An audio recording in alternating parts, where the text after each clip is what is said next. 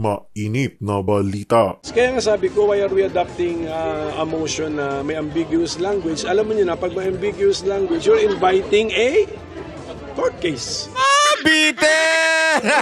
Bitter na bitter ka. Court case. Wala na, talo ka na, olat ka na, alis ka na dyan. Alis na, Coco Pimentel. Wala ka na. Huli mo na yan. Hindi ka na makakaulit sa Senado. Tinan mo, itaga mo sa bato. Malupit na malupit at talaga nga namang marami tayong nalaman. Isa na ho dyan, nalaman natin kung sino ang mga tanga at kung sino talaga ang may utak na kahit nilalait, meron naman pala talagang utak. Hindi kasi alam mo, ngayon mga kababayan, balita ko, na out of stock ang tissue sa 7-Eleven, sa Uncle John's, na out of stock ang tissue kasi daw nag-iiyakan daw itong mga pinklawan. Gago!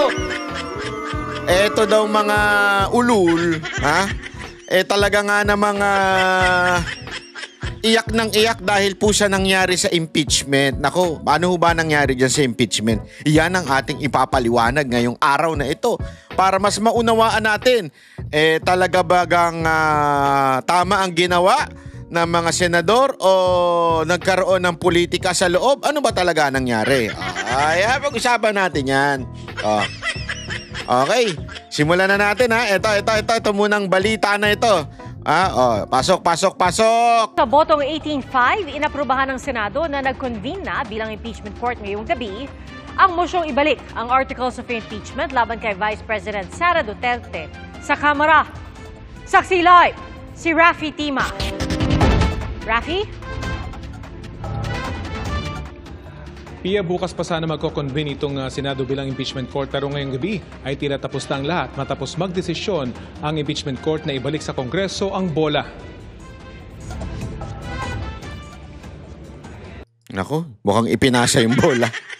With 18 affirmative votes, 5 negative votes, 0 abstention, the motion of Senator Cayetano is carried. Nako! Sa botong 18 pabor, 5 ang tutol. Nagdesisyon ng Senado bilang impeachment. Kita nyo naman, kita nyo yung mga nakataasang kamay? Mga mababantot ang ano. Tingnan mo, tumitingin sila sa likod Bakit sila tumitingin sa likod? Tingnan nila, "Hoy, mga kasama, huwag nyo kami iwan dito!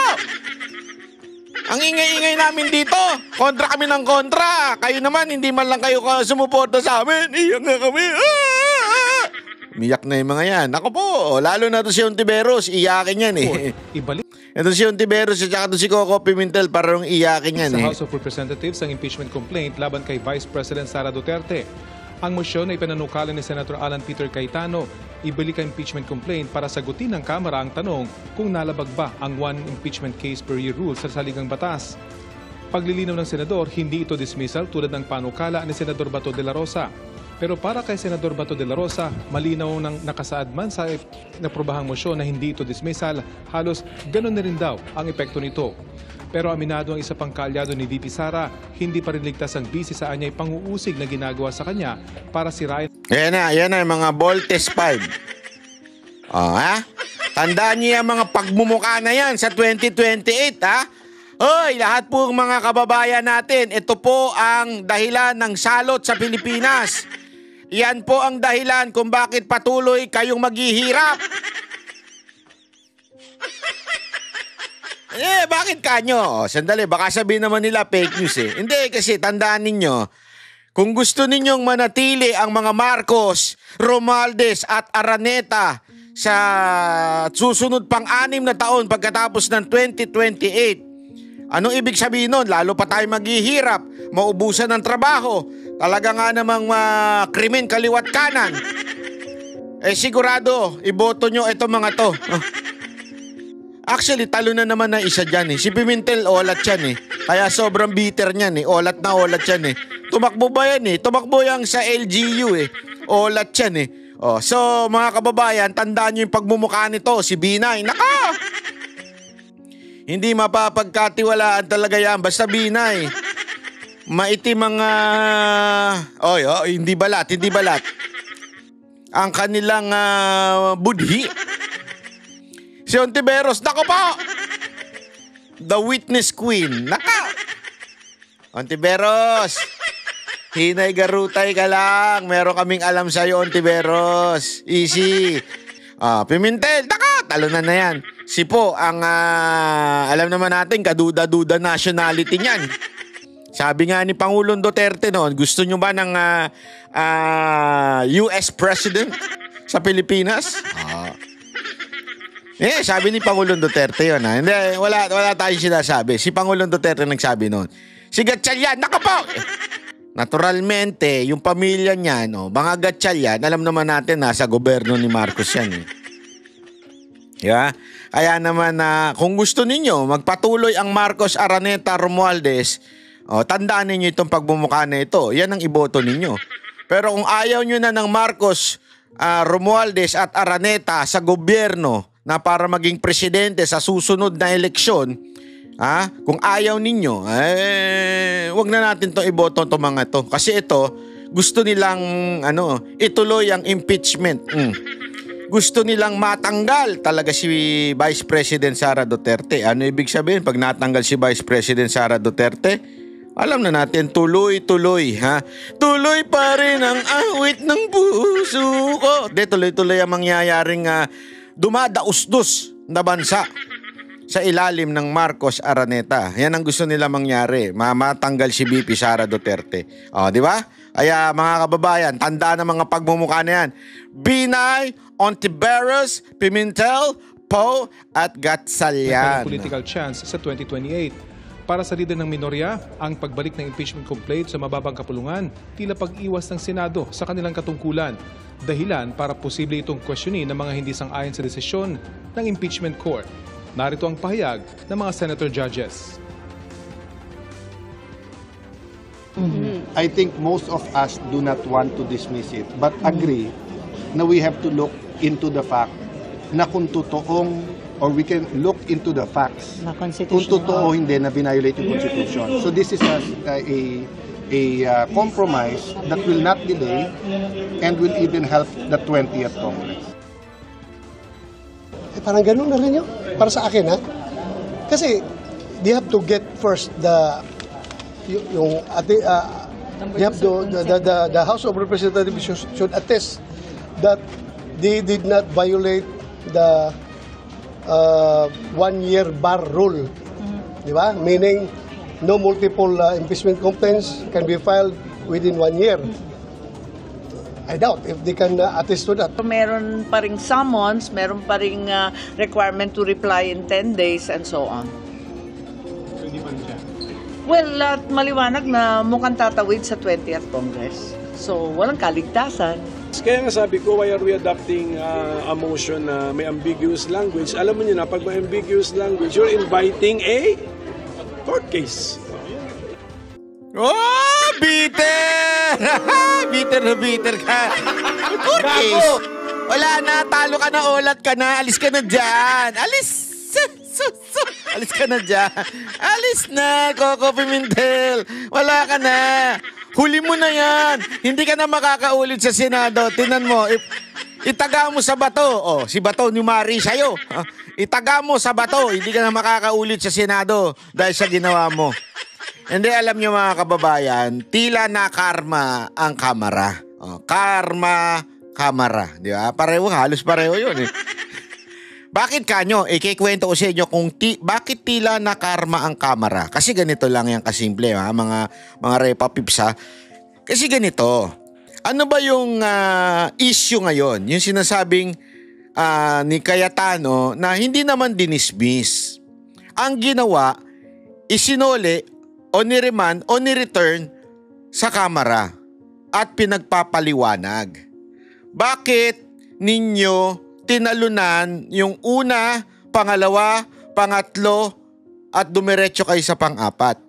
Kasi ang nangyari, mga kababayan, ganito ang proseso para lamang po sa kaalaman natin, merong time frame na ang sinasabi, once natanggap yung impeachment ng isang tao, doon kay Vice President o kahit sino mang impeachable officer. Halimbawa, ako isang congressman na may kasama akong grupo. Gusto ko ma-impeach si Marcos halimbawa. Lalapit ako sa Secretary General ng Congress, yung House of Representatives. Papasa ko yung impeachment, complaint, ito yung impeachment, bla bla bla. Kasi ganito, whereas. So alam mo naman yung mga as na yun. Yeah? So ito. Kasi ganito ginawa nito, kaya dapat impeach yan, bla bla bla bla. Ikaw, Secretary General ka, ang nakasulat sa konstitusyon, immediately, hindi forthwith wala na mas lilinaw pa sa salitang immediately kung hindi agad-agad. Agad-agad, kailangan mong ipasa sa Speaker of the House. Immediately. Ano ginawa nila? At nadulas sila publicly.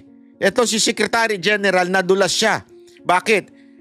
Yung pinasa yung first impeachment, hindi niya kaagad ibinigay kay Speaker.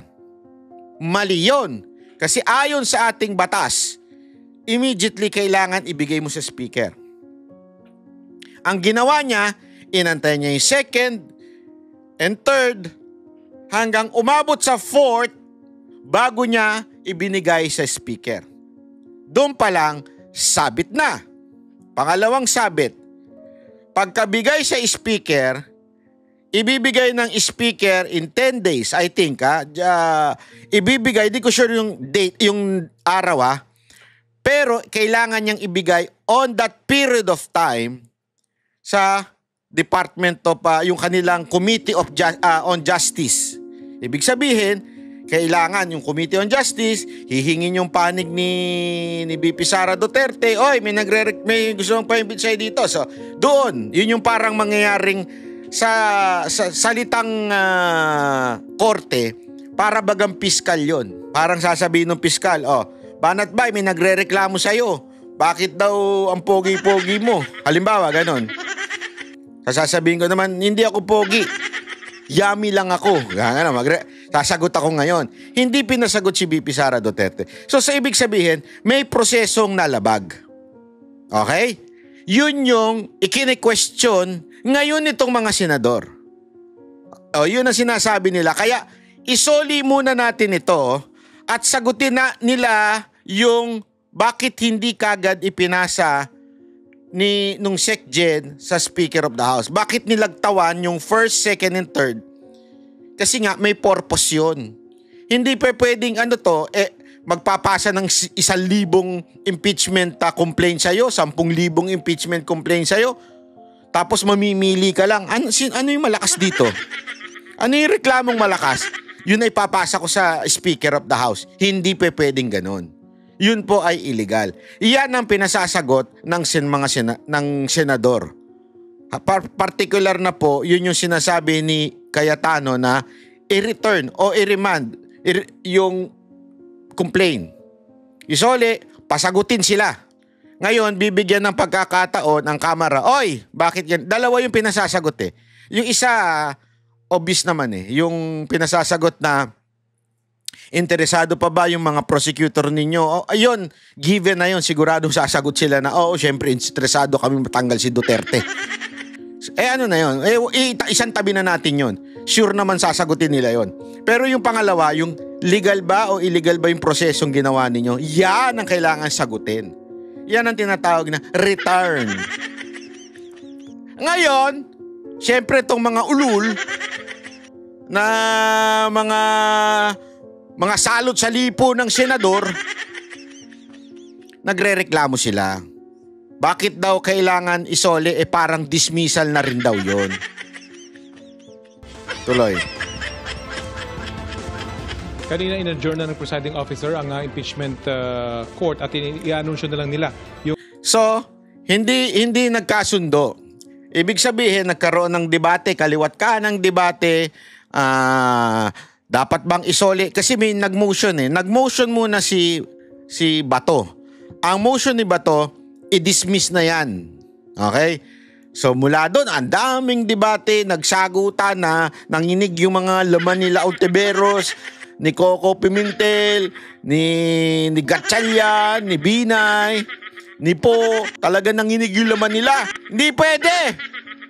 Sagabal to sa pangarap naming maging Pangulo. So kailangan matanggal yan si Vice President Sara Duterte. Hindi pwedeng i-dismiss. Galit na galit ang mga animal, di ba? O, di ba? Ganun ang nangyari. Galit na galit sila. So nagkaroon ng debate. Tapos pumasok ngayon si Cayetano. Sinabi niya, kwento ko na lang para mabilis sa salitang lengguaheng maintindihan nyo. Sinabi niya, medyo mahihirapan tanggapin yan ng mga lahat ng senador na i-dismiss.